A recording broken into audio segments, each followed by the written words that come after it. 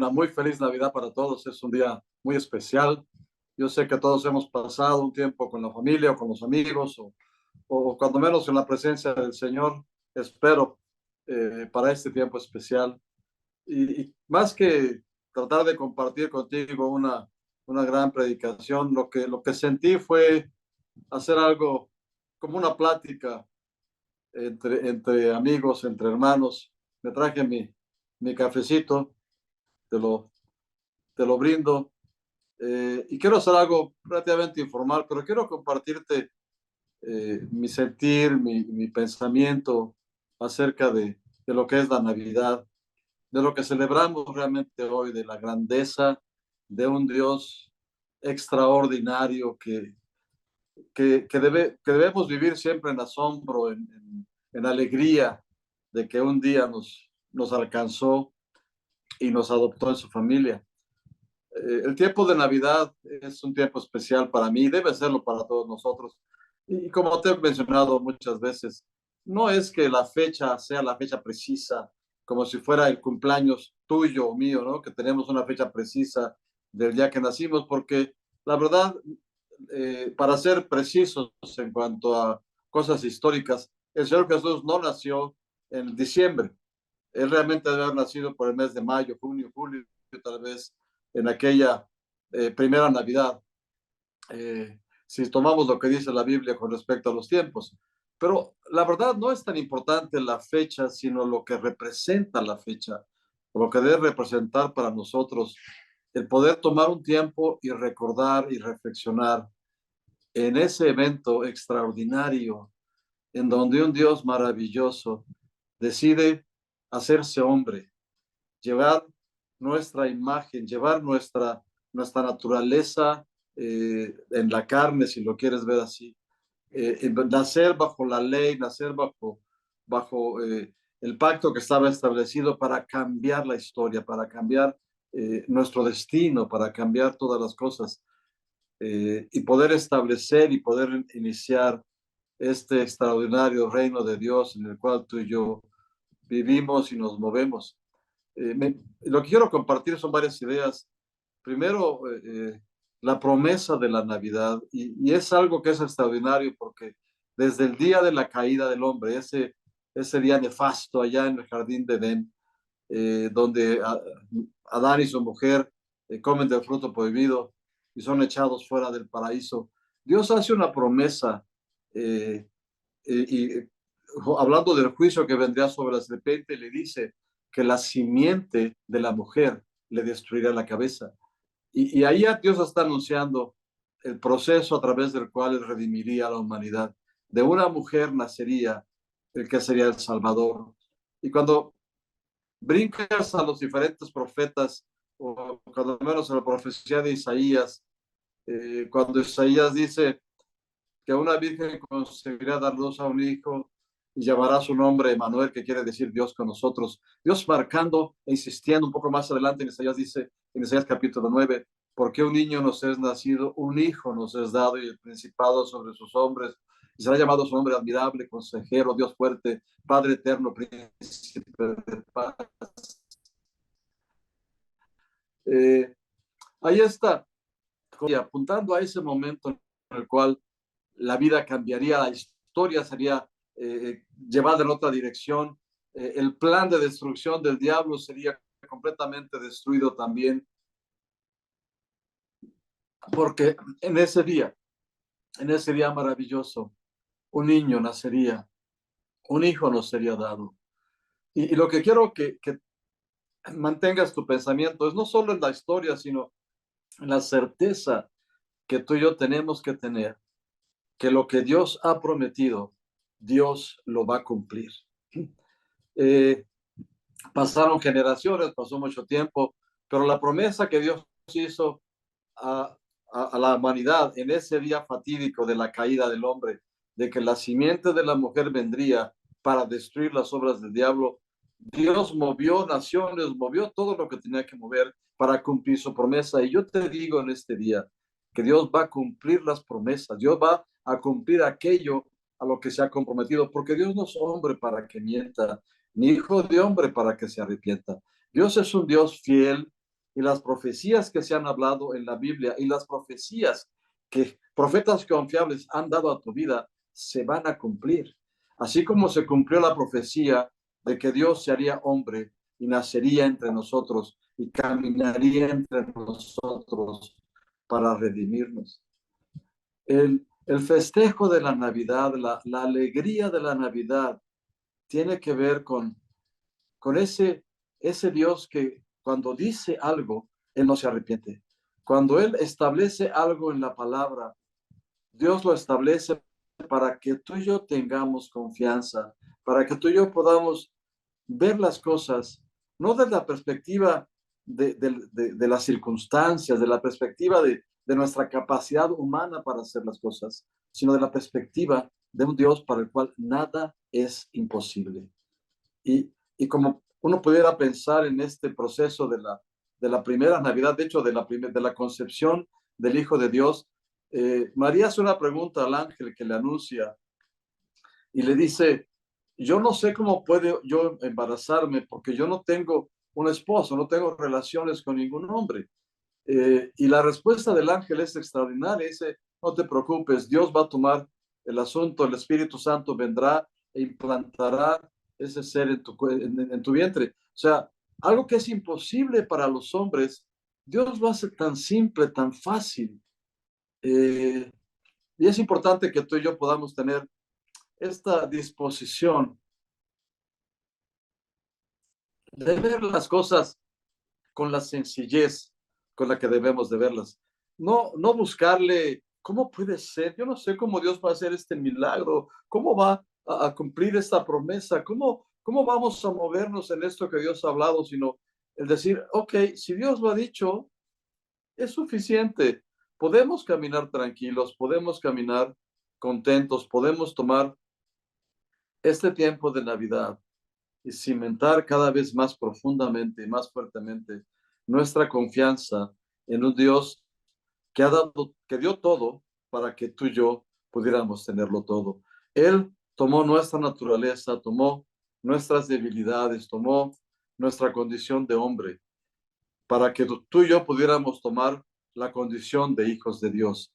Dios nos dio un hijo para ganar en ti y en mí hijos e hijas del Dios Altísimo, para que a través de la obra de Cristo tú y yo pudiéramos caminar en esta bendición, en esta confianza, en esta certeza de lo que Dios ha hecho para nosotros. Y quiero tomar un tiempo en esto que te estoy hablando, porque a veces cuando hay problemas en la vida, cuando hay dificultades, pensamos que Dios está distante, que Dios no se está ocupando, pero yo quiero pedirte que no pierdas tu confianza, que no pierdas tu confianza porque tiene gran galardón.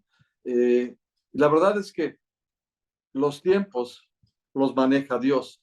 De hecho, en esta primera aparición de Jesús, cuando Jesús nace, hay una palabra profética que Dios dio al profeta Daniel acerca de los tiempos que se cumplirían para la nación de Israel. Y Daniel profetiza realmente el tiempo en el cual moriría el Mesías, que sería muerto no por su propia mano, sino por otras personas. Por eso cuando Jesús nace, ahí es el tiempo en el que Jesús nace, hay esta tremenda expectativa entre la nación de Israel, porque sabían que se habían cumplido las semanas que se había establecido el profeta Daniel, o sea, la cantidad de años que había establecido.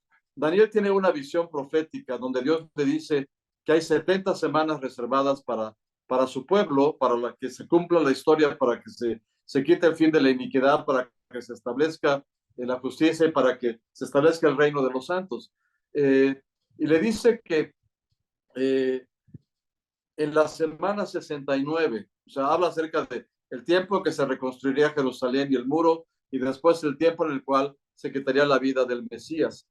Y esa semana, la penúltima semana, es la semana que cubre en los últimos años del Señor Jesús.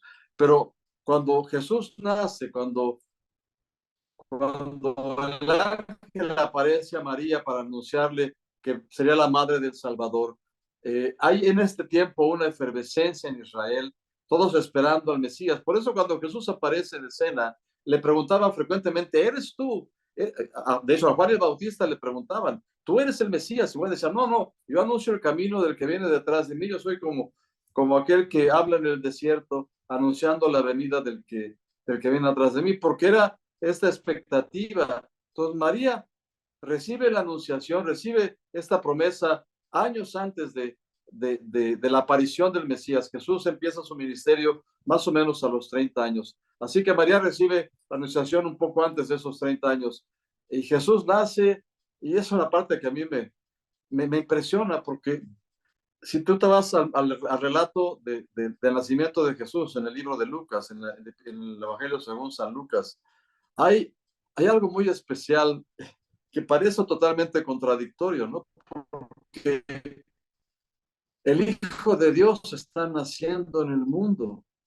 Eh, y claro, todo el mundo esperaría que él nacería en un palacio o que parecería como un gran personaje, pero el Hijo de Dios nace como nacemos todos, como un bebé, pero nace en un lugar completamente extraño, ¿no? Eh, y quiero que me entiendas el razonamiento, o sea, nace como una persona que no es nada especial. Nace en un pesebre, en un establo, porque no había lugar para ellos en el mesón. Porque sus padres no eran gente acaudalada, su padre era un carpintero, trabajador, honrado, pero no tenía grandes recursos para poder pagar algo mejor. Y de hecho ni siquiera había hospedaje en esa época por el censo que se había hecho para que todos fueran a registrarse a la ciudad de donde venía su familia. Por eso hacen el viaje de Nazaret hacia Belén. Pero esa noche es tan poco significativa, si quieres, en cuanto a lo que sucede. Nace un niño, todo el mundo piensa, pero Dios en esa misma noche hace algo extraordinario, porque cerca de donde estaban, ahí en Belén, había un grupo de pastores, y en esa noche eh, se le aparece un ángel con un coro de ángeles celestiales que les dice, vayan a la ciudad porque os traigo, dice, nuevas de gran gozo, os has nacido en la ciudad de David un Salvador. Si ya eres el niño envuelto en pañales, acostado en un pesebre. Eh, la persona más extraordinaria, el hombre más ungido, más impactante en la historia de la humanidad. La única cosa especial que se registra en esta noche es este coro celestial, millares y millares de ángeles celebrando. ¿Te puedes imaginar el ambiente en el cielo? Eh, este gozo, finalmente el Padre ha podido echar a andar el proceso de salvación, el proceso de redención, lo que Él anunció desde que el hombre cayó generaciones atrás, allí en el jardín del Edén, finalmente está llegando a culminación y los ángeles en ese gozo, en esa alegría del proceso completo de Dios para traer a un Salvador al mundo, entonan este cántico, gloria a Dios en las alturas y en la tierra paz, buena voluntad para con los hombres. Están diciendo, finalmente es un tiempo en el cual la buena voluntad de Dios será manifestada porque un niño nos es nacido, un hijo nos es dado y Dios va a poder cumplir todo el anhelo de su corazón, todo lo que Dios ha deseado siempre. Finalmente, este niño va a cumplir aquello que el Padre siempre quiso que cumplieran. Y me imagino yo no sé qué pensarían los pastores. La verdad es que a veces pienso en la gente y yo no sé si tú fueras María, ¿no? Estás ahí trabajando en tu casa, no sé, quizás estaba planchando, lavando, quizás estaba cocinando, estaba nada más, y de repente viene una luz y se aparece un ángel y le empieza a hablar. Yo no sé tú, pero a mí yo creo que se me caerían las patillas o se me saldrían los zapatos de la impresión. Y luego esos pastores están ahí, tomando su cafecito en la noche, platicando, comiendo algo, y de repente se ilumina el cielo como si fuera de día y aparece un ángel y miles de ángeles atrás. No nos relatan, yo no sé qué habrá pasado con los pastores, pero te puedo asegurar que es una impresión que jamás en su vida se olvidaría, como jamás en su vida yo creo que se olvidaron de ese niño que nació. Hay tantas cosas que parecen tan triviales, que parecen tan simples, pero creo que hay un mensaje atrás de todo eso. Lo que quiero decirte es que hay cosas que tú y yo no vemos, pero en cada mover de Dios, cada cosa que Dios hace para cumplir su propósito, provoca una explosión de alegría y de gozo en el reino celestial. Porque lo que Dios, el día que tú entregaste tu vida a Cristo, Jesús dice, lo dijo en los evangelios, que cuando un pecador se arrepentía había fiesta en el cielo. Cuando tú entregaste tu vida a Cristo, hubo una tremenda celebración. Quiero que lo entiendas.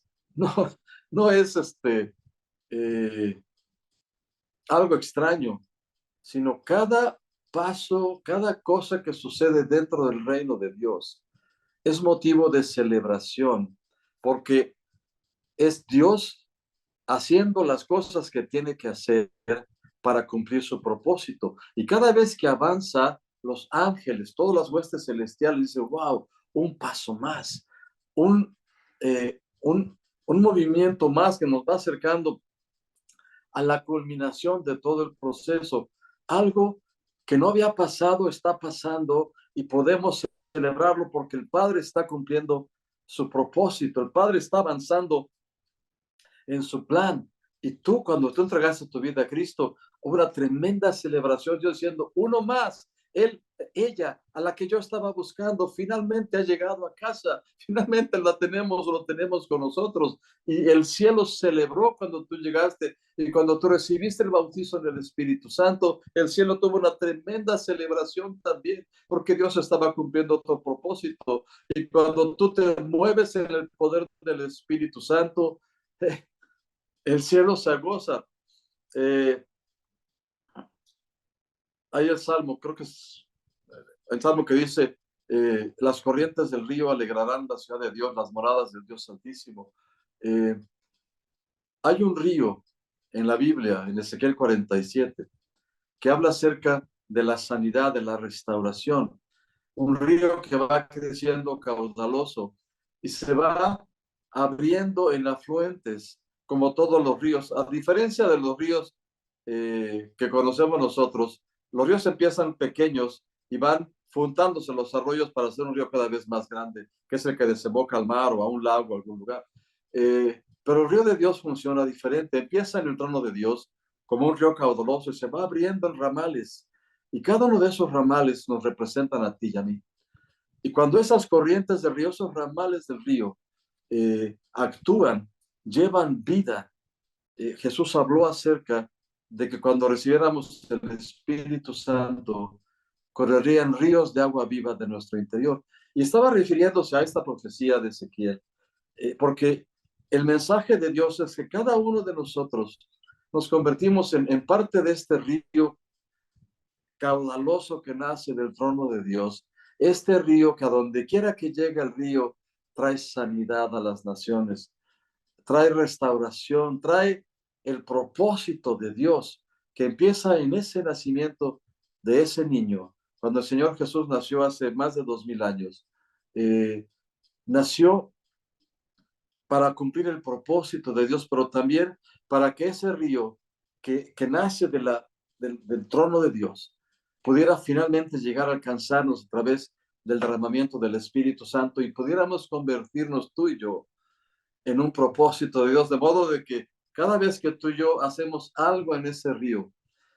oramos en lenguas, ungimos a una persona, oramos por un enfermo, echamos fuera un demonio. O sea, cada vez que avanzamos ese reino de Dios, hay un cántico de alegría. Dice la palabra que alegra la ciudad de Dios, alegra las moradas, la habitación del Dios Altísimo.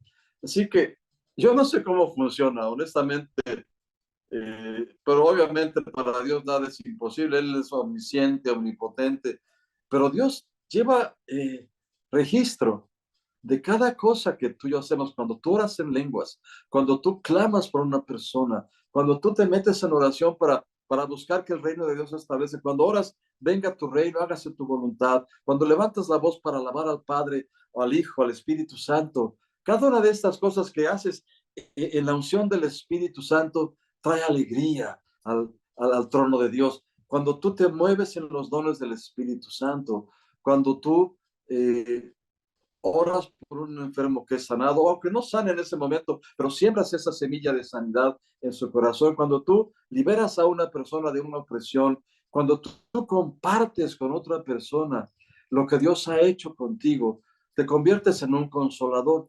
La palabra dice en 2 Corintios capítulo 1 que las aflicciones que podemos enfrentar son oportunidades en las cuales Dios manifiesta su poder en nuestras vidas y trae consuelo a nuestro corazón, a nuestra alma, a nuestra vida. Y ese consuelo que Dios trae a nuestro corazón, trae con él una unción para que yo pueda consolar a otras personas con la consolación con la que Dios me consola a mí. O sea, Dios siempre está trabajando para hacernos, voy a ponerlo así, más efectivos, más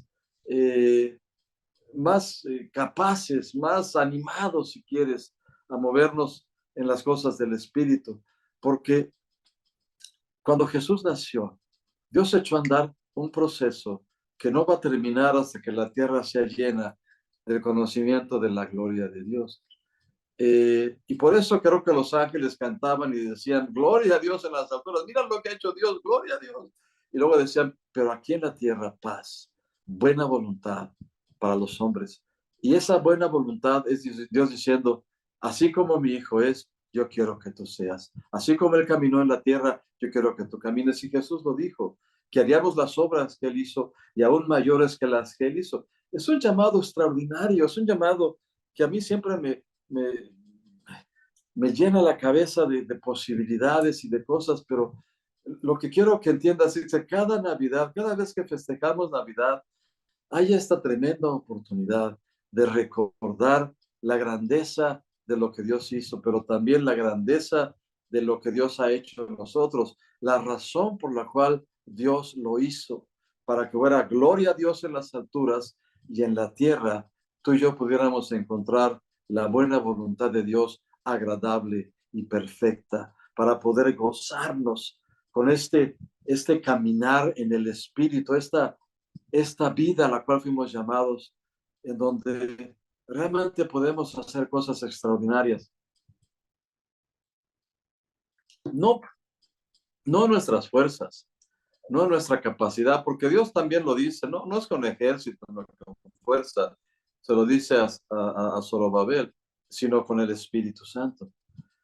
Por eso era tan importante todo este proceso de la redención, que el niño naciera y creciera como un hombre, para entender las dificultades, las limitaciones que tenemos como seres humanos, pero también para poder entender, para poder hacernos entender que se puede caminar como un ser humano lleno del Espíritu Santo y hacer cosas extraordinarias.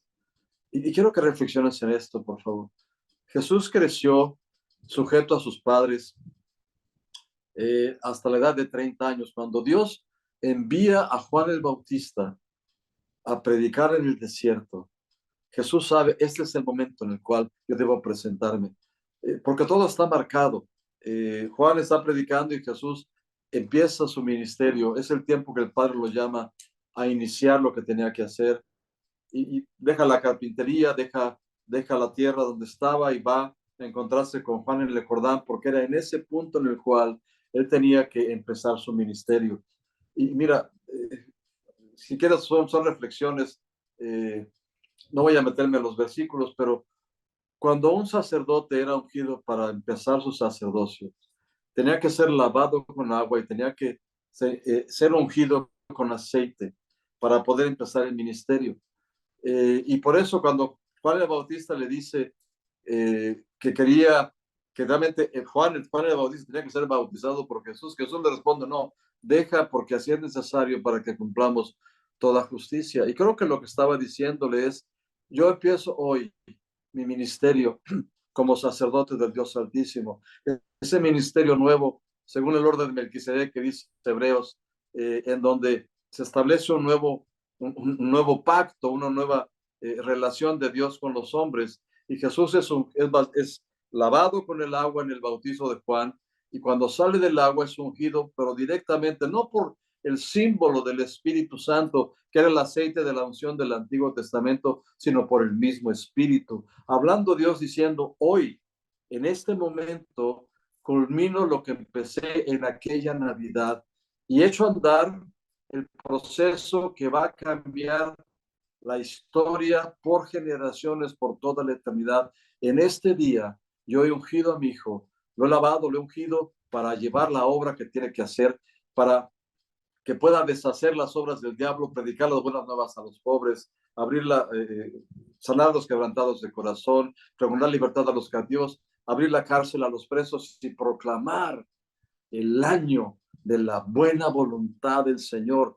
El anuncio a los pastores les dice, la tierra, buena voluntad a los hombres, avanza 30 años y Dios lo lleva eh, en ese día cuando Jesús regresa de las tentaciones en el desierto, de ese tiempo de comunión e intimidad profunda con el Espíritu de Dios, 40 días con sus noches allá en el desierto, regresa en el poder del poder del Espíritu Santo para dar un mensaje poderoso. Vengo a anunciar el año de la buena voluntad del Señor. Lo que los ángeles dijeron a los pastores, Jesús dice, sí, ese mensaje es válido. Yo soy la respuesta. Yo soy aquel que trae la buena voluntad de Dios a todos los hombres. Y empieza un ministerio impactante, deshace las obras del diablo, como Pedro predica en la casa de Cornelio, dice que Dios ungió con el Espíritu Santo y con poder a Jesús de Nazaret, y cómo él estuvo haciendo bienes y sanando a todos los oprimidos por el diablo, porque Dios estaba con él, para no solo para impactar a su generación, sino para enseñarnos, para animarnos a ti y a mí, para impactar nuestra generación. Dejemos que este tiempo de Navidad nos haga reflexionar en esos tiempos de buena voluntad. Dios desea buena voluntad. Dios quiere manifestar su amor. Él tiene pensamientos de paz, pensamientos de bienestar, pensamientos de prosperidad para ti, para mí, para toda la humanidad. Y tú y yo, a ti y a mí se nos ha encargado el ministerio de la reconciliación. Ese ministerio que lleva a las personas que no conocen a Cristo a los pies de Cristo, pero a todos los que conocemos a Cristo, a veces necesitamos que alguien nos recuerde el amor con que Dios nos ama, la grandeza de Dios al que servimos y al que amamos, la extraordinaria obra de Cristo, el extraordinario proceso a través del cual Dios entra a este mundo de una manera tan sutil, tan suave, tan natural. Un Dios sobrenatural que entra en nuestra historia de una manera sobrenatural con el proceso de, de, de crear a este ser en el vientre de su madre, pero en un proceso completamente natural para toda la humanidad. Un bebé que crece en el vientre de su madre, que nace de una manera humilde, que vive de una manera humilde, aunque la gloria de Dios iba a ser revelada en él como en nadie más había sido revelada. Pero cuando finalmente llega el tiempo escogido por el Padre, Jesús es revelado al mundo como el Mesías, como Yeshua HaMashiach en el hebreo, como Jesús el Cristo en el griego. La palabra ungido es la misma, Hamashiach en hebreo, Christos en griego, el Cristo, Jesús, el Salvador ungido, viene para mostrarnos lo que tú y yo podemos hacer cuando Jesús mora en nuestro corazón y el Espíritu Santo ha sido derramado sobre nosotros por el poder de Dios. No pienses que Dios ha terminado su obra en tu vida. No pienses que ya pasaron los mejores años. No pienses que no hay nada más que puedas hacer. Eso no está en el corazón de Dios. Déjame decirte, eso no es lo que Dios piensa. Eso Dios no es lo que tiene en sus planes. Pero tu enemigo, el enemigo de tu alma, quiere que estés plenamente convencido de que no hay más para ti, de que no hay nada más que puedas hacer. Sabes, Dios apenas está comenzando con nosotros. Dios que profetizó, escúchame, profetizó desde el día de la caída que de la mujer nacería aquel que destruiría las obras del diablo.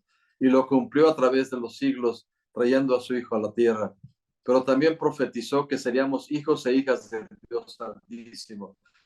También profetizó que la tierra será llena de conocimiento de la gloria de Dios, como las aguas cubren la mar. Y también profetizó esto, que en estos tiempos de oscuridad y tinieblas que llenan toda la tierra, que cubren las naciones, habría un pueblo formado por ti, por mí, por millones de personas más, un pueblo que se levantaría en el resplandor de su gloria.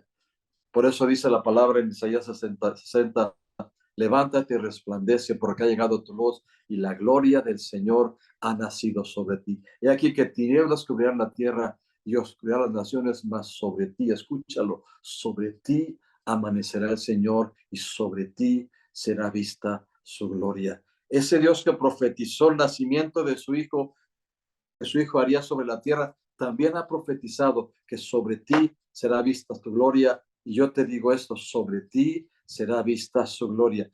No trates de encontrar la manera que esto va a ser hecho. Pon tu confianza en Dios, pon tu dedicación sobre Dios, métete en la presencia del Espíritu Santo, ora en lenguas con frecuencia, escudriña la palabra de Dios, pero sobre todo créele a Dios.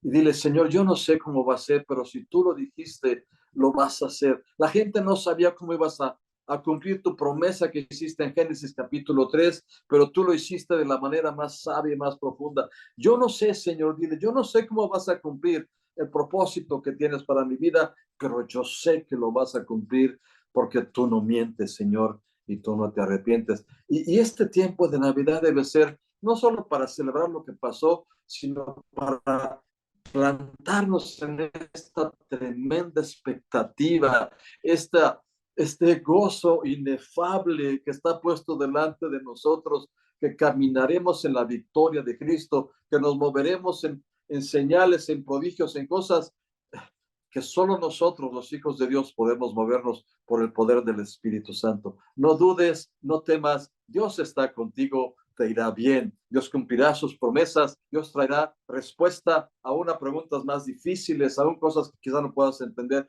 pero te digo esto, Dios está contigo y Dios no te abandona, ni te abandonará. Él lo dijo, no te dejaré ni te desampararé, estaré contigo siempre, dijo el Señor, hasta el fin del siglo. Así que celebremos este tiempo. Felicidades a todos. Un abrazo profundo, de mucho cariño, de mucho amor de parte de Lucero y mía para todos ustedes. Y déjame terminar esto con una oración de bendición sobre tu vida y sobre tu casa.